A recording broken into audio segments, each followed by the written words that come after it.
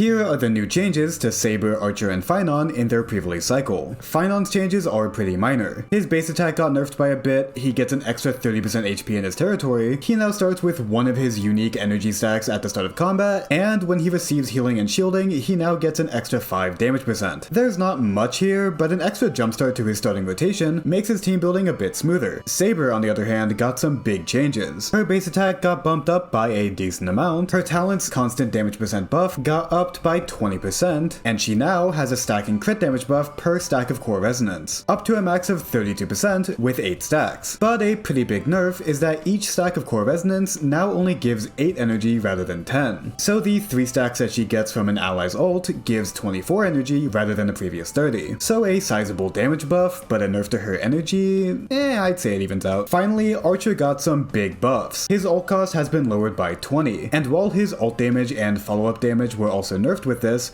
is still a buff, as getting more ults means more follow-ups, which means more skill points, which means more damage. In a massive change, Archer now gives an extra 2 max skill points in battle rather than 1, so he brings the max to 7, and Sparkle then is able to bring it up to 9. He also now has 18% attack in his traces rather than HP percent, and finally, his third trace's crit damage buff that has semi-reliable uptime has had its crit damage doubled, from 60% to 120%. That's it for every change. Follow for more coverage of this pre-release cycle.